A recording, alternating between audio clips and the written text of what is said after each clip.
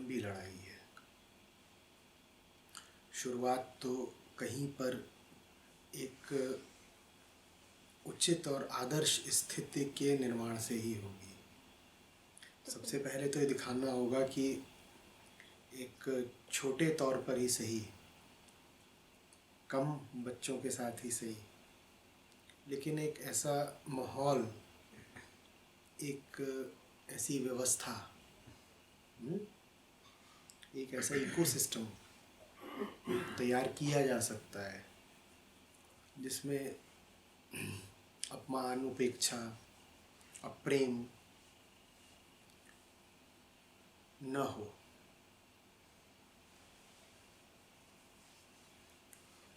और फिर उसके बाद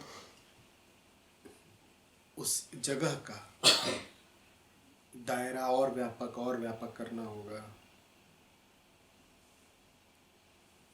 और ज़्यादा लोगों को ये संदेश भेजना होगा कि अगर हम कर सकते हैं तो तुम भी कर सकते हो। तो मैंने कहा लंबी लड़ाई है, क्योंकि बात सिर्फ यहाँ विशिष्ट बच्चों की नहीं है, बात आदमी के प्रति रवैये की है। अगर हम दूसरे व्यक्ति को देखते ही इस नज़र से हैं कि हम इसका इस्तेमाल क्या कर सकते हैं,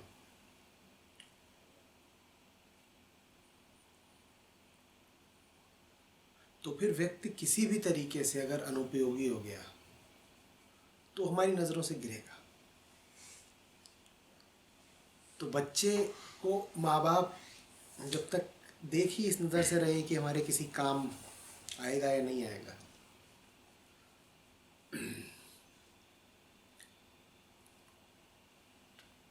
तब तक बड़ा मुश्किल है कि उसे वास्तव में प्रेम दे पाए।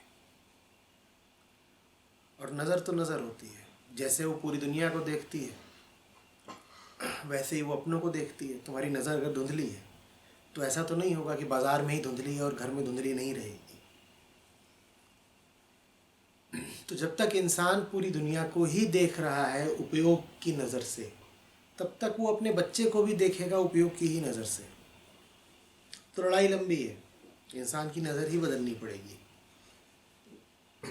पर ये विशेष बच्चे तो आगे बढ़कर वो उम्मीदें भी पूरी नहीं कर सकते उनकी। हाँ, नॉर्मल को तो चलो हम लोग कहते हैं कि आ गई। उम्मीदें कोई बच्चा नहीं पूरी कर सकता। कोई बच्चा दिखा दो जिसने आज तक माँ बाप की उम्मीदें सब पूरी कर दी हों। कोई माँ बाप दिखा दो जिन्होंने बच्चे की उम्मीदें आज तक पूरी कर दी हों। कोई पति दिखा दो पत्नी की कर दी हो, कोई पत्नी दिखा दो, कोई दोस्त दिखा दो। तुम कोई इंसान दिखा दो जो किसी दूसरे इंसान की उम्मीदें पूरी कर दे, दिखा दो। तो ले दे के बात ये है कि जब तक तुम दूसरे को अपनी उम्मीदें पूरी करने का ज़रिया बनाओगे, तब तक दूसरे को भी दुख दोगे, खुद भी दुख पाओगे।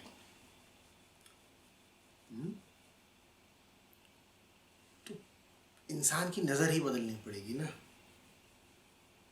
शुरुआत तो की थी मैंने। तो अभी यही कर सकते हो कि एक छोटे दायरे में वो शुरुआत करो। लंबी लड़ाई तो देर तक लंबी खींचेगी। तुम्हारे आसपास जो उपलब्ध हों बच्चे जो तुम्हारे संरक्षण में है, उनके साथ तो तत्काल शुरुआत कर दो। बस अभी यही कर सकते हो। और बाकी बस प्रार्थना में रहो कि जो कर रहे हो वो चीज़ आगे बढ़े। आगे बढ़ेगी, और लोग देखेंगे, औरों तक संदेश पहुंचेगा, आदमी का मन बदलेगा। पर इंतज़ार मत करना कि आदमी का मन बदलेगा तब कुछ काम होगा। तुम जितना कर सकते हो अभी करो।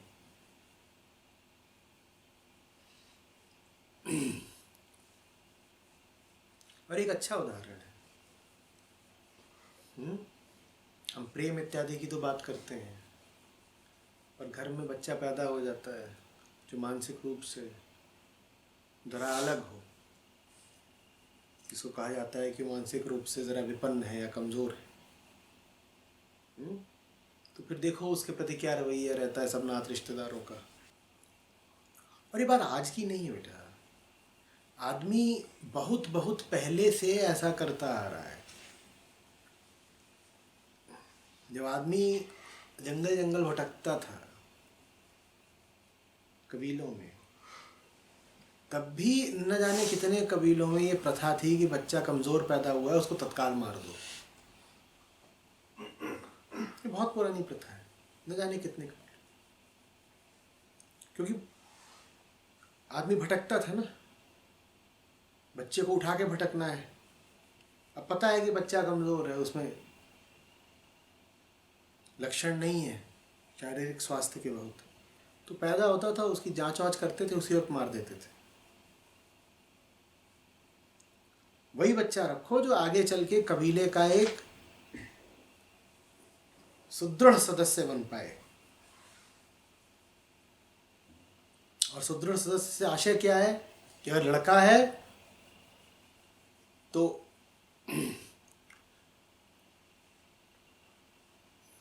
खाद्यान्न इत्यादि अर्जित कर पाए, दुश्मनों से लड़ पाए, शिकार कर पाए। और अगर लड़की है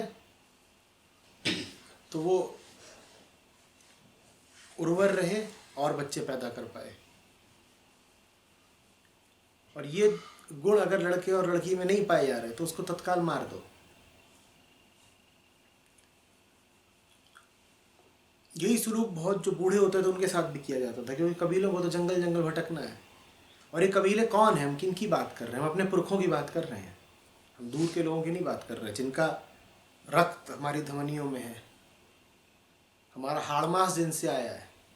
हम उन अपनों की बात कर रहे हैं, वही ऐसा करते थे। हमारा जिस्म तो उन्हीं से आ रहा है ना, तो बहुत कुछ हम भी उन्हीं जैसे हैं, उन्हीं की वृत्तियां हम में भी हैं। तो कोई बहुत बूढ़ा हो गया, आप उसको लेके कहाँ फिरोगे? तो उसको छोड़ जाते थे एक पेड़ के नीचे कि तो अब यहीं मर जा, फिर वहीं अपना पड़े पड़े प्राण त्याग देता था। तो आदमी हमेशा से ऐसा रहा है। ये भी मत सोचना कि आज का ज़माना ज़्यादा बुरा हो गया है। ये प्रकृति का बहुत पुराना किस्सा है। अप्रेम, हिंसा, हृदयहीनता, बहुत पुराना किस्सा है। आज तो बस इतना ही कर रहे हैं ना, उन बच्चों के माँ बाप की उनको बहुत ध्यान नहीं देते, प्यार नहीं देते। रिश्तेदार भी गलत शोषण, गलत तरीके का व्यवहार, शोषण, हाँ, गलत सब व्यवहार बहुत करते सामने आई हैं, हैं शोषण चीजें। करते हैं। बिल्कुल, एक ज़माना ऐसा भी था जब मार ही देते थे। आदमी हमेशा से ऐसा रहा है। मन छोटा मत करना कि आज दुनिया इतनी बिगड़ क्यों गई है। बर्ड्स के बारे में सुना है ऐसे। हम्म? बर्ड्स के बारे में ऐसा हाँ, मैंने हाँ, सुना हाँ, है हाँ। कि अगर कोई एक अंडा ठीक से नहीं रिस्पॉन्ड कर रहा तो वो खुद ही बर्ड नीचे उसको गिरा हाँ, देती है। बिल्कुल बिल्कुल। या न्यूली बॉर्न जो होता है उसको अगर वो नहीं है कुछ तो उसको धक्का देके नीचे गिरा देती इसीलिए तुम जंगल जाओ तो तुम वहाँ बहुत कमज़ोर जानवर पाओगे ही नहीं। बताओ क्यों नहीं मिलते? क्योंकि वो पैदा होते ही मार दिए जाते हैं। प्रजातियां कमजोरी को पसंद ही नहीं करती। कुछ कमजोर पैदा हो गया तभी मार दो, या कुछ बहुत कमजोर हो गया तो भी उसे मार दो। कोई बहुत बूढ़ा हो गया या शिकार इत्यादि में कोई गया था और उसको बहुत चोट वोट लग गई तो तुम पाओगे ही नहीं कि वो बहुत चल रहा है। तुम जंगल जाओ तो वहाँ नहीं पाओगे कि कोई पशु घूम रहा है जिसकी 2 टांगें कटी हुई है फिर भी घूम रहा है। उसकी अगर 2 टांगें कट गई तो कुछ ही दिनों के भीतर मार दिया जाएगा, जिएगा ही नहीं। ये सब प्रकृति के खेल हैं, क्योंकि प्रकृति का करुणा से कोई लेना देना नहीं, प्रकृति का प्रेम से, सहृदयता से कोई लेना देना नहीं। प्रकृति को एक चीज़ चाहिए, हम आज खूब बात कर चुके हैं, क्या चाहिए कि हाँ, तुम्हारा जो शारीरिक मसाला है, जो तुम्हारा शारीरिक माल है, वो संरक्षित भी रहे और प्रसारित होता रहे।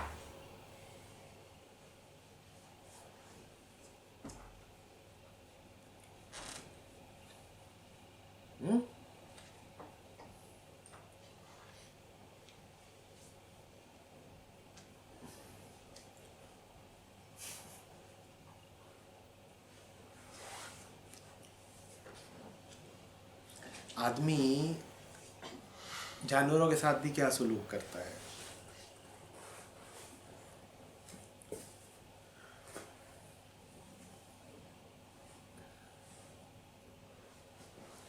जानते हो, कुछ जगहों पर, कुछ गांवों में, कुछ कबीलों में प्रथा ये भी थी कि गाय के बच्चा पैदा हो, बछड़ा हुआ है, बछड़ा तो किसी काम का नहीं, बछिया होती तो वो दूसरी गाय बनती। बछड़े की तो एक ही उपयोगिता है कि किसी तरह उससे वीर्य मिलता रहे, जिससे गायों का गर्भाधान होता रहे। उसके लिए तुम्हें बहुत सारे तो सांड चाहिए नहीं, एक सांड भी है तो वो 100 गायों के लिए काफ़ी है। तो अगर बछड़ा पैदा हुआ है तो वो तत्काल उसको मार के खा जाते थे, और फिर उसकी खाल में भूस भर के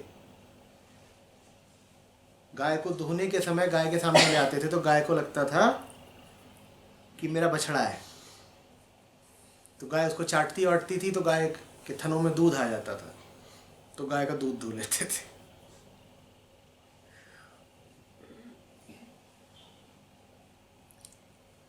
ये पता है ना, जितने भी दूध देने वाले स्तनधारी जानवर होते हैं, उनमें जो मादा होती है वो कम कटती है, या कम से कम कुछ साल वो जीती है। जब तक दूध देती है तब तक तो उसको जिंदा ही रखते हैं। गाय को भी 5-1 साल तो जी आते हैं, 5 साल के बाद उसे कटने भेजते हैं, ताकि आमतौर पे गाय की जो प्राकृतिक उम्र है वो 20-25 साल की है। तो मादा को तो रखे रहते हैं, सबसे पहले नर काट दिया जाता है।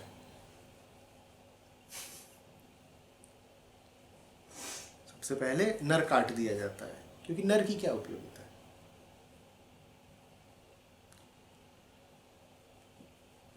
तुम बाजार में जाओ, भैंस का गोश्त कम पाओगे, भैंसे का ज्यादा पाओगे। तो आदमी तो हर चीज को अपने उपयोग की दृष्टि से देखता है, तो फिर अपने बच्चों को भी अपने उपयोग की दृष्टि से देखता है। जैसे आदमी ने गाय के बच्चे को देखा, कैसे देखा कि इसको खा लो और फिर इसकी चमड़ी में भूस भर के इसको इसकी माँ के पास ले जाओ ताकि दूध भी निकाल लो उसका, या फिर बैल बना लेते हैं। या बैल बना लो। बैलों का उपयोग कम होता जा रहा है। आप देखो, जैसे जैसे समय बढ़ेगा गायों का उपयोग बढ़ रहा है, क्योंकि हमें दूध चाहिए, और बैलों का उपयोग घट रहा है। तो ये जो बछड़ा पैदा होगा, ये जो नर संतान पैदा होगी, उसका तो अब एक ही भाग्य है, क्या? वो तो कटेगी। अब तुम देखते हो कि हम मनुष्यों में अभी भी कुछ जगहों पर ऐसा होता है कि लड़की पैदा हुई तो लड़की को मार दो, ये सब जानते हो ना, भ्रूण हत्या कर देते हैं, या शिशु की हत्या कर देते हैं। और हम कहते हैं देखो आदमी स्त्रियों के विरुद्ध कितना ज्यादा पूर्वाग्रहग्रस्त है। हमको लगता है जैसे आदमी को मादा शिशु से नफरत है। हरियाणा, राजस्थान, पंजाब, गुजरात, इन जगहों पर ये खूब है। क्या? भ्रूण हत्या, फीमेल फीटिसाइड, इन्फेंटिसाइड, है ना। आदमी को मादा से कोई समस्या नहीं है। मनुष्यों में उसको दिखाई देता है कि ज्यादा अनुपयोगी क्या है, मादा, तो मादा को मार देता है। छोटी मादा पैदा हुई, उसको मार दिया। और गोवंश में उसको क्या दिखाई देता है कि अनुपयोगी क्या है, नर, तो वहां नर को मार देता है। तो बात यह नहीं है कि हमें मादा से समस्या है कि नर से समस्या है, हमें बस उससे समस्या है जो हमारा स्वार्थ न पूरा करता हो। मादा नहीं स्वार्थ पूरा करेगी तो मरेगी, और नर नहीं स्वार्थ पूरा करेगा तो वो भी मरेगा। जहां प्रेम नहीं है वहां तो स्वार्थ है।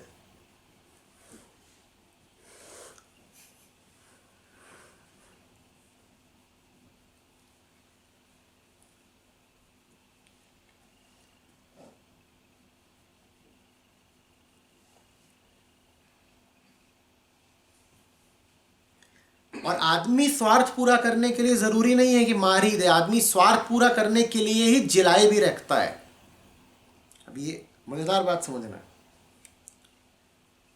स्वार्थ पूरा करने के लिए जो बछड़ा होता है, जो पड़वा होता है, जो भी है, भैंस का, गाय, उसको मारा भी जा सकता है। और एक परंपरा ये भी है कि उसे मारो मत, उसे जिंदा रखो। उसको जिंदा रखो क्योंकि जब वो जाएगा और थन पे मुंह लगाएगा तो गाय को या भैंस को दूध आएगा। 1 मिनट उसको पी लेने दो, क्योंकि 1 मिनट वो पिएगा तो क्या होगा भाई, दूध आने लगेगा। और 1 मिनट के बाद, 2 मिनट के बाद उसको खींच करके हटा दो। तो बछड़े को जिंदा रखा जा रहा है। ये तो कितनी महान बात है, जिंदा रखा जा रहा है, जिंदा रखा जा रहा है, जिंदा रखा जा रहा है। क्यों जिंदा रखा जा रहा है? ताकि शोषण किया जा सके। तो अगर ये देखना कि कोई किसी को जिंदा रख रहा है तो यही मत सोचना कि बड़ा प्रेम है। हम मारते भी स्वार्थवश है और जिंदा भी स्वार्थवश ही रखते हैं। कोई किसी के पीछे फिर रहा है, खाना खा लो, दवाई ले लो, इसका मतलब ये नहीं है कि बड़ा प्यार है, आवश्यक नहीं है। स्वार्थ के लिए मारेंगे और स्वार्थ के लिए ही पाल भी लेंगे।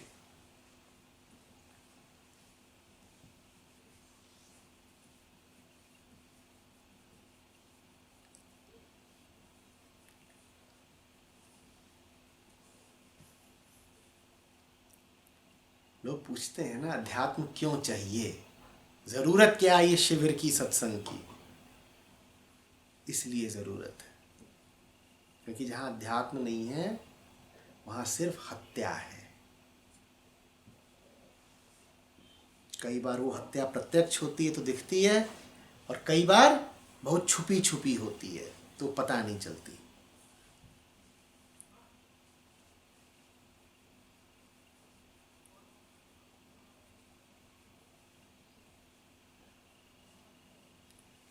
और आध्यात्मिक आदमी हिंसक हो, ये हो नहीं सकता। उसी तरीके से जो आदमी आध्यात्मिक नहीं है वो हिंसक ना हो, ये भी नहीं हो सकता। जहां अध्यात्म नहीं वहां हिंसा जरूर होगी, हो के रहेगी। आजकल खूब चलन है कि हम अध्यात्म वगैरह तो नहीं जानते, पर हम बंदे ठीक है। I am not into spirituality but otherwise I am a nice person. इससे बड़ा झूठ दूसरा नहीं हो सकता। जो अध्यात्म में नहीं है वो दिखे ऊपर ऊपर से कि I am otherwise a nice person, लेकिन वो गहराई में घोर हिंसक होगा।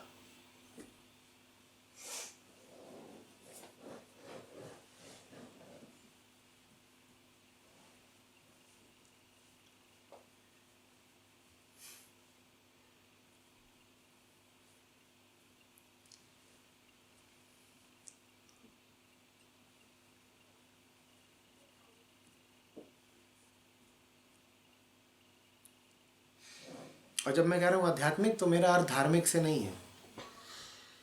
धार्मिकता आध्यात्मिकता एक नहीं होते। धार्मिक आदमी का कोई भरोसा नहीं, वो हिंसक हो सकता है।